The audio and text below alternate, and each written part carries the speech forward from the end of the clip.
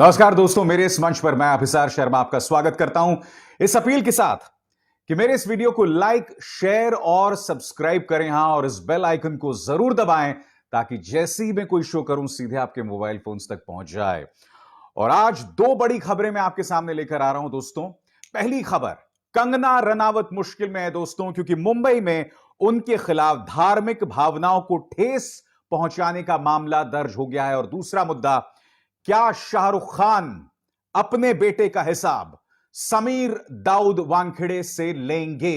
ये दोनों खबरें, मगर सबसे पहले दोस्तों कंगना रनावत आपके सामने। दोस्तों, दैनिक भास्कर की यह खबर, किसान आंदोलन की खालिस्तानी आंदोलन से तुलना करने वाली कंगना पर धार्मिक भावनाओं को ठेस पहुंचाने का मामला दर्ज। मैं आपको बता दूं दोस्तों, यह मामला क्यों दर्ज हुआ है। क्योंकि कंगना रनावत ने इंस्टाग्राम में एक पोस्ट किया था जिसमें उन्होंने कहा था कि इन खालिस्तानियों का इलाज सिर्फ इंदिरा गांधी के पास था। उन्होंने इन्हें ठिकाने लगाकर रख दिया था और इंदिरा गांधी के नाम पर ये आज तक कांपते हैं। क्योंकि हमें नहीं भूलना चाहिए दोस्तों, जब इंदिरा गांधी जिंदा थी तब देश में बहुत जबरदस्त खालिस्तानी आंदोलन चल रहा था। और आप जानते हैं, दो खालिस्तानी आतंकवादियों ने उन्हें मौत के घाट भी उतार दिया था। मगर उससे पहले ऑपरेशन ब्लू स्टार हुआ था, जिसमें जबरदस्त आतंकवाद देश में चल रहा था। कहीं ना कहीं कंगना रनावत हमें उस दौर में ले चलना चाहती थी और यह कहना चाहती थी कि जिस तरह से इंदिरा गांधी जो हैं वो इलाज करती थी उनका, वैसे ही इन खालिस्तानियों का इलाज हो। और हमें यह भी नहीं भूलना चाहिए, इंदिरा गांधी की शहादत के वक्त देश में सिखों के खिलाफ कितने बड़े दंगे हुए थे, कितना बड़ा नरसंहार हुआ था दोस्तों। और मैं आज भी नहीं भूला हूं कि उस वक्त के प्रधानमंत्री राजीव गांधी ने कहा था कि जब एक बड़ा पेड़ गिरता है तो जमीन हिलती है। तो कहीं ना कहीं कंगना रनावत हमें याद दिला रही थी उस नरसंहार की, जिसके चलते उन पर एफआईआर दर्ज हुआ है। और बात यहां नहीं रुकी दोस्तों, उन्होंने यह तक कहा कि भारत एक जिहादी राष्ट्र है अगर इस तरह से सड़क पर कानून बनने लगे। जिहादी राष्ट्र यानी कि जिस चीज को लेकर ये अक्सर मुसलमानों को गालियां देती थी, दूसरों को गालियां देती थी, अब वही चीज ये हमारे अपने देश के लिए भारत को कहने लगी हैं, यानी कि जिहादी राष्ट्र। मैं आपको बतलाना चाहूंगा दोस्तों, यह मामला किस तरह से दर्ज हुआ, पढ़ के सुनाना चाहूंगा। दैनिक भास्कर की खबर इस वक्त आपके स्क्रीन पर। मुंबई पुलिस ने कंगना रनावत पर एफआईआर दर्ज कर दी है। मोदी सरकार के कृषि कानूनों को वापस लेने के बाद कंगना ने किसान आंदोलन की तुलना खालिस्तानी आंदोलन से की थी। इसके लिए कंगना ने अपना इंस्टाग्राम का सहारा लिया। एफआईआर में, गौर कीजिएगा इस बात पर, एफआईआर में एक्ट्रेस पर धार्मिक भावनाओं को ठेस पहुंचाने से संबंधित आईपीसी की धारा 295 ए, 294 ए के तहत मामला दर्ज किया गया है। मैं आपको बता दूं, यहां पर दिल्ली के सिख गुरुद्वारा प्रबंधक समिति और अकाली दल के नेता मनजिंदर सिंह सिरसा, इन दोनों का अहम किरदार है। खार पुलिस ने दिल्ली सिख गुरुद्वारा प्रबंधक समिति के नेताओं के साथ अमरजीत सिंह संधू, कुलवंत सिंह संधू की शिकायत के आधार पर धार्मिक भावनाओं को ठेस पहुंचाने से संबंधित धारा 295 ए के तहत अपराध दर्ज किया गया है। शिकायत में कहा गया है कि रेनॉल्ट ने सभी किसानों को खालिस्तानी आतंकवादी करार दे दिया था और 1984 के दंगों को लाकर उन्हें समुदाय की धार्मिक भावनाओं को आहत किया था। और यह पहली बार नहीं है दोस्तों, इन्होंने हमारे स्वतंत्रता संग्राम को भी बेइज्जत किया था। 1947 में जो आजादी मिली थी उसके बारे में क्या कहा था मोहतरमा ने, कि वो भीख में हमें आजादी मिली थी और असली आजादी हमें 2014 के बाद मिली थी। जबकि आप जानते हैं 2014 के बाद से देश की क्या हालत है। फ्रीडम ऑफ प्रेस से लेकर फ्रीडम ऑफ एक्सप्रेशन, इन तमाम चीजों में देश की हालत बद से बदतर हो रही है। मगर मोहतरमा को लगता है कि मोदी राज में देश की हालत सुधर गई है। हकीकत यह दोस्तों, कायदे से अगर आप मुझसे निजी तौर पर पूछें तो मैं नहीं चाहता हूं कि कंगना रनावत पर किसी तरह का कोई पुलिस केस दर्ज हो। उन्हें कहने की आजादी होनी चाहिए। मगर कंगना रनावत जब तक गांधी की आलोचना कर रही थी, जब तक स्वतंत्रता संग्राम के बारे में बोल रही थी, तब तक ठीक था। मगर अब जिस तरह से वो बातें कर रही हैं और वो अपनी गलतियों से नहीं सीख रही हैं, मैं आपको याद दिलाना चाहूंगा ट्विटर पर से इन्हें क्यों हटाया गया था। क्योंकि उस वक्त उन्हें प्रधानमंत्री नरेंद्र मोदी को चुनौती दी थी कि अपने 2001 का रौद्र रूप दिखाइए। यानी कि 2001 को क्या हुआ था, आपको याद होगा, गुजरात में दंगे हुए थे। 1000 1500 मुसलमान मारे गए थे और वो एक ऐसा वाकया था जो प्रधानमंत्री नरेंद्र मोदी के दामन पर एक दाग जैसा था। और कंगना रनावत कहीं ना कहीं इस निष्कर्ष पर पहुंच रही थी कि उस दंगे के लिए जिम्मेदार प्रधानमंत्री नरेंद्र मोदी हैं, इसलिए वो उन्हें चुनौती दे रही थी कि 2001 वाला रूप दिखाएं। सच तो यह है कि कंगना रनावत के लिए बहुत जरूरी है कि वो अपने मानसिक संतुलन को बनाए रखें, क्योंकि वो अपना मानसिक आपा खोती जा रही हैं और इसी वजह से वो इस तरह की अनाप शनाप बातें कर रही हैं। और आज हमारा दूसरा विषय आपकी स्क्रीन पर शाहरुख खान और आर्यन खान। दोस्तों मैं आपको बताना चाहूंगा, टाइम्स ऑफ इंडिया और बॉलीवुड हंगामे की खबर आई है और इस खबर में शाहरुख खान के किसी बहुत करीबी व्यक्ति का हवाला देकर यह कहा गया है कि शाहरुख खान अपनी लीगल टीम से मशवरा कर रहे हैं कि इस शख्स समीर दाऊद वानखेड़े पर वो कार्रवाई करेंगे, कानूनी कार्रवाई करेंगे। क्योंकि आप जानते हैं समीर दाऊद वानखेड़े ने उनके बेटे को बगैर किसी प्रमाण के, बगैर किसी गुनाह के 25 दिनों तक जेल में रखा था। शाहरुख अब विचार कर रहे हैं कि वो समीर दाऊद वानखेड़े पर जो है कार्रवाई करेंगे और उनके खिलाफ केस कर सकते हैं। क्योंकि आप जानते हैं दोस्तों, जब 25 दिन बाद आर्यन खान को रिहा किया गया था तो अदालत ने साफ तौर पर कहा था कि उन व्हाट्सएप चैट से हम इस निष्कर्ष पर नहीं आ सकते कि आर्यन खान के ताल्लुकात इंटरनेशनल ड्रग कार्टेल्स के साथ हैं। दिलचस्प बात यह है दोस्तों, जहां टाइम्स ऑफ इंडिया में खबर बदस्तूर बनी हुई है, वहीं बॉलीवुड हंगामा जिसका मैं जिक्र कर रहा हूं दोस्तों, वहां से खबर हटा दी गई है। यह खबर बॉलीवुड हंगामा के लिए फिल्म लेखक सुभाष के झा ने लिखी थी, अब वो खबर हटा दी गई है। तो मैं ये नहीं समझ पा रहा हूं कि यह खबर क्यों हटाई गई है। मगर हां, कहीं ना कहीं मैं उम्मीद करता हूं कि शाहरुख वाकई Sameer Dawood Wankhede, narcotics control bureau के जोनल जो डायरेक्टर हैं, उन पर कार्रवाई करेंगे और मैं आपको बताता हूं क्यों। क्योंकि अब ये प्रमाण धीरे धीरे सामने उभर कर आ रहे हैं प्रभाकर सेल के जरिए, जो इनके अपने गवाह थे। उन्होंने कहा था कि इस पूरे मामले में शाहरुख से 18 करोड़ की वसूली की जा रही थी और 8 करोड़ जाने थे समीर दाऊद वानखेड़े के पास। समीर दाऊद वानखेड़े की टीम में किरण गोसावी जैसे लोग थे, जो कि एक प्राइवेट डिटेक्टिव थे और आपराधिक इतिहास के थे, मैं आपको कई बार बता चुका हूं। उनकी टीम में मनीष भानुशाली थे, जो कि बीजेपी के नेता थे। और यही नहीं, बार बार इस तरह के प्रमाण सामने उभर कर आ रहे थे कि किस तरह से समीर दाऊद वानखेड़े जब रेड मारने जाते थे, यह बात नवाब मलिक ने अपने ट्विटर अकाउंट में कही थी कि किस तरह से उन्हें एक गुमनाम खत मिला है नारकोटिक्स कंट्रोल ब्यूरो के एक अधिकारी का, और उस गुमनाम खत में यह बात कही गई है कि समीर दाऊद वानखेड़े और उनकी टीम, उनकी चंडाल चौकड़ी जहां पर रेड मारने जाती थी दोस्तों, वहां पर ये लोग अपनी तरफ से ड्रग्स प्लांट कर देते थे अगर ड्रग्स ना हो तो। इसलिए बहुत जरूरी है कि समीर दाऊद वानखेड़े पर कार्रवाई की जाए, क्योंकि मुझे नहीं लगता है कि देश के गृह मंत्री अमित शाह उन पर कोई कार्रवाई करने वाले हैं। क्योंकि देखिए, अगर करना होता तो अब तक कर चुके होते। और अब बॉम्बे हाई कोर्ट ने अपने ताजा आदेश में यह भी कह दिया था कि हम नवाब मलिक पर अंकुश नहीं डालेंगे, जिस तरह से वो पर्दाफाश करते जा रहे थे समीर वानखेड़े का। बस उन्होंने यही कहा कि आप जो भी बात कहें तथ्यों के आधार पर कहें। क्योंकि नवाब मलिक ने बाकायदा समीर दाऊद वानखेड़े का निकाहनामा पेश किया, उन्होंने उनका स्कूल सर्टिफिकेट, बर्थ सर्टिफिकेट पेश किया बीएमसी के हवाले से, जिससे यह पता चल रहा था कि जन्म से वो मुसलमान थे। इसलिए वो जो हैं जातीय सर्टिफिकेट से रिजर्वेशन नहीं ले सकते थे। अब मैं नहीं जानता हूं दोस्तों इसकी कब जांच होगी, मगर मैं चाहता हूं कि दूध का दूध और पानी का पानी हो। इसलिए ऐसे शख्स के खिलाफ अगर देश के गृह मंत्री अमित शाह कुछ कार्रवाई नहीं कर रहे हैं, तो कम से कम शाहरुख अपने बेटे के लिए कुछ कार्रवाई करें।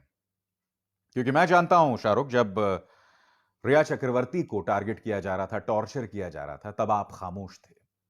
तब मैंने लगातार कहा था कि आज फिल्म इंडस्ट्री खामोश है रिया चक्रवर्ती को लेकर, जिस तरह से उसे गलत ढंग से टारगेट किया जा रहा था। मगर कल वक्त आएगा जब यह आग आपके घरों तक पहुंचेगी, तब आप क्या करेंगे? शाहरुख हुआ यही है। बहुत जरूरी है कि आप नारकोटिक्स कंट्रोल ब्यूरो पर केस करें, उन्हें जवाबदेह बनाएं। मगर मैं नहीं जानता हूं ऐसा होगा या नहीं होगा। अभिसार शर्मा को दीजिए इजाजत। नमस्कार। नमस्कार दोस्तों, मेरे इस मंच पर मैं अभिसार शर्मा आपका स्वागत करता हूं इस अपील के साथ कि मेरे इस वीडियो को लाइक, शेयर और सब्सक्राइब करें। हां, और इस बेल आइकन को जरूर दबाएं ताकि जैसे ही मैं कोई शो करूं सीधे आपके मोबाइल फोन्स तक पहुंच जाए। और आज दो बड़ी खबरें मैं आपके सामने लेकर आ रहा हूं दोस्तों। पहली खबर, कंगना रनावत मुश्किल में है दोस्तों, क्योंकि मुंबई में उनके खिलाफ धार्मिक भावनाओं को ठेस पहुंचाने का मामला दर्ज हो गया है। और दूसरा मुद्दा, क्या शाहरुख खान अपने बेटे का हिसाब समीर दाऊद वानखेड़े से लेंगे? ये दोनों खबरें, मगर सबसे पहले दोस्तों कंगना रनावत आपके सामने। दोस्तों, दैनिक भास्कर की एक खबर, किसान आंदोलन की खालिस्तानी आंदोलन से तुलना करने वाली कंगना पर धार्मिक भावनाओं को ठेस पहुंचाने का मामला दर्ज। मैं आपको बता दूं दोस्तों, यह मामला क्यों दर्ज हुआ है। क्योंकि कंगना रनावत ने इंस्टाग्राम में एक पोस्ट किया था जिसमें उन्होंने कहा था कि इन खालिस्तानियों का इलाज सिर्फ इंदिरा गांधी के पास था। उन्होंने इन्हें ठिकाने लगाकर रख दिया था और इंदिरा गांधी के नाम पर ये आज तक कांपते हैं। क्योंकि हमें नहीं भूलना चाहिए दोस्तों, जब इंदिरा गांधी जिंदा थी तब देश में बहुत जबरदस्त खालिस्तानी आंदोलन चल रहा था। और आप जानते हैं, दो खालिस्तानी आतंकवादियों ने उन्हें मौत के घाट भी उतार दिया था। मगर उससे पहले ऑपरेशन ब्लू स्टार हुआ था, जिसमें जबरदस्त आतंकवाद देश में चल रहा था। कहीं ना कहीं कंगना रनावत हमें उस दौर में ले चलना चाहती थी और यह कहना चाहती थी कि जिस तरह से इंदिरा गांधी जो हैं वो इलाज करती थी उनका, वैसे ही इन खालिस्तानियों का इलाज हो। और हमें यह भी नहीं भूलना चाहिए, इंदिरा गांधी की शहादत के वक्त देश में सिखों के खिलाफ कितने बड़े दंगे हुए थे, कितना बड़ा नरसंहार हुआ था दोस्तों। और मैं आज भी नहीं भूला हूं कि उस वक्त के प्रधानमंत्री राजीव गांधी ने कहा था कि जब एक बड़ा पेड़ गिरता है तो जमीन हिलती है।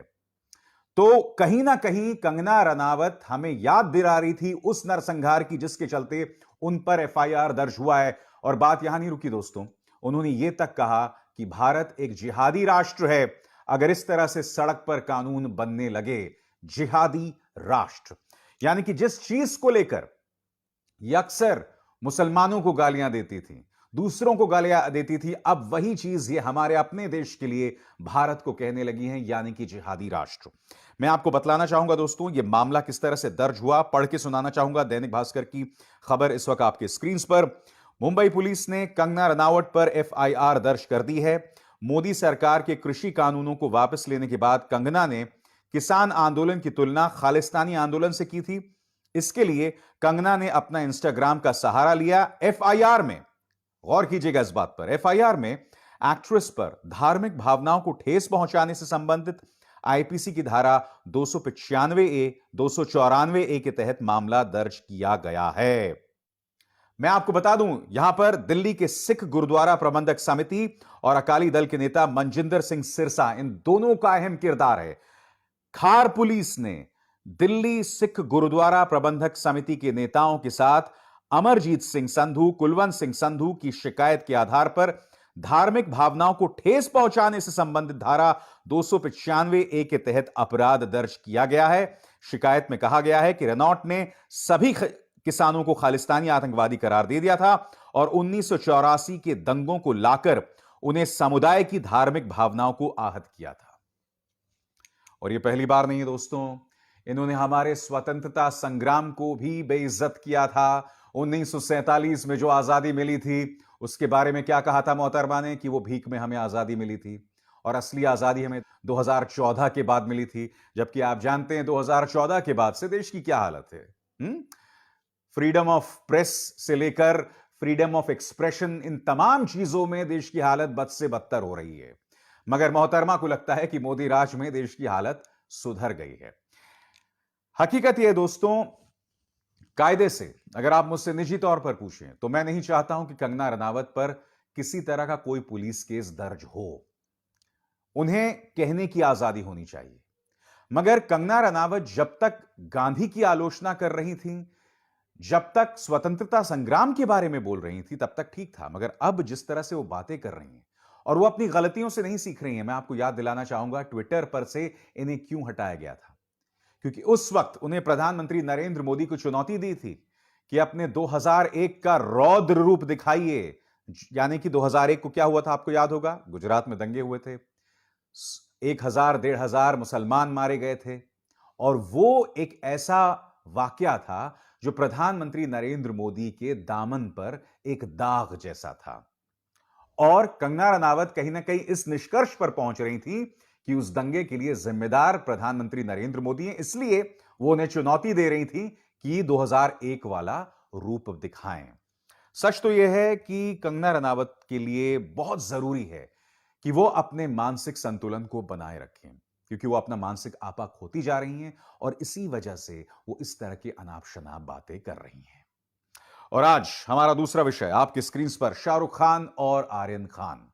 दोस्तों, मैं आपको बताना चाहूंगा, टाइम्स ऑफ इंडिया और बॉलीवुड हंगामे की खबर आई है और इस खबर में शाहरुख खान के किसी बहुत करीबी व्यक्ति का हवाला देकर यह कहा गया है कि शाहरुख खान अपनी लीगल टीम से मशवरा कर रहे हैं कि इस शख्स समीर दाऊद वानखेड़े पर वो कार्रवाई करेंगे, कानूनी कार्रवाई करेंगे, क्योंकि आप जानते हैं समीर दाऊद वानखेड़े ने उनके बेटे को बगैर किसी प्रमाण के, बगैर किसी गुनाह के 25 दिनों तक जेल में रखा था। शाहरुख अब विचार कर रहे हैं कि वो समीर दाऊद वानखेड़े पर जो है कार्रवाई करेंगे और उनके खिलाफ केस कर सकते हैं, क्योंकि आप जानते हैं दोस्तों, जब 25 दिन बाद आर्यन खान को रिहा किया गया था तो अदालत ने साफ तौर पर कहा था कि उन व्हाट्सएप चैट से हम इस निष्कर्ष पर नहीं आ सकते कि आर्यन खान के ताल्लुकात इंटरनेशनल ड्रग कार्टेल्स के साथ हैं। दिलचस्प बात यह है दोस्तों, जहां टाइम्स ऑफ इंडिया में खबर बदस्तूर बनी हुई है, वहीं बॉलीवुड हंगामा, जिसका मैं जिक्र कर रहा हूं दोस्तों, वहां से खबर हटा दी गई है। यह खबर बॉलीवुड हंगामा के लिए फिल्म लेखक सुभाष के झा ने लिखी थी, अब वो खबर हटा दी गई है। तो मैं ये नहीं समझ पा रहा हूं कि यह खबर क्यों हटाई गई है, मगर हां, कहीं ना कहीं मैं उम्मीद करता हूं कि शाहरुख वाकई Sameer Dawood Wankhede, narcotics control bureau के जोनल जो डायरेक्टर हैं, उन पर कार्रवाई करेंगे, और मैं आपको बताता हूं क्यों। क्योंकि अब ये प्रमाण धीरे धीरे सामने उभर कर आ रहे हैं प्रभाकर सेल के जरिए, जो इनके अपने गवाह थे। उन्होंने कहा था कि इस पूरे मामले में शाहरुख से 18 करोड़ की वसूली की जा रही थी और 8 करोड़ जाने थे समीर दाऊद वानखेड़े के पास। समीर दाऊद वानखेड़े की टीम में किरण गोसावी जैसे लोग थे, जो कि एक प्राइवेट डिटेक्टिव थे और आपराधिक इतिहास के थे, मैं आपको कई बार बता चुका हूं। उनकी टीम में मनीष भानुशाली थे, जो कि बीजेपी के नेता थे। और यही नहीं, बार बार इस तरह के प्रमाण सामने उभर कर आ रहे थे कि किस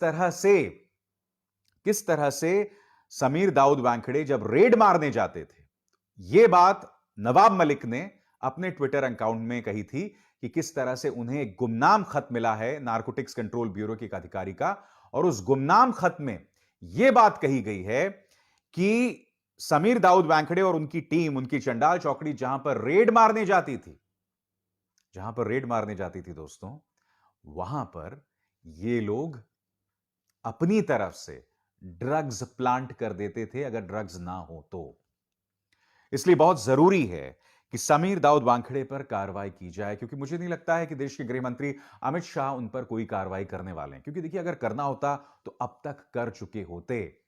और अब बॉम्बे हाई कोर्ट ने अपने ताजा आदेश में यह भी कह दिया था कि हम नवाब मलिक पर अंकुश नहीं डालेंगे, जिस तरह से वो पर्दाफाश करते जा रहे थे समीर वानखेड़े का। बस उन्होंने यही कहा कि आप जो भी बात कहें तथ्यों के आधार पर कहें, क्योंकि नवाब मलिक ने बाकायदा समीर दाऊद वानखेड़े का निकाहनामा पेश किया, उन्होंने उनका स्कूल सर्टिफिकेट, बर्थ सर्टिफिकेट पेश किया बीएमसी के हवाले से, जिससे यह पता चल रहा था कि जन्म से वो मुसलमान थे, इसलिए वो जो हैं जातीय सर्टिफिकेट से रिजर्वेशन नहीं ले सकते थे।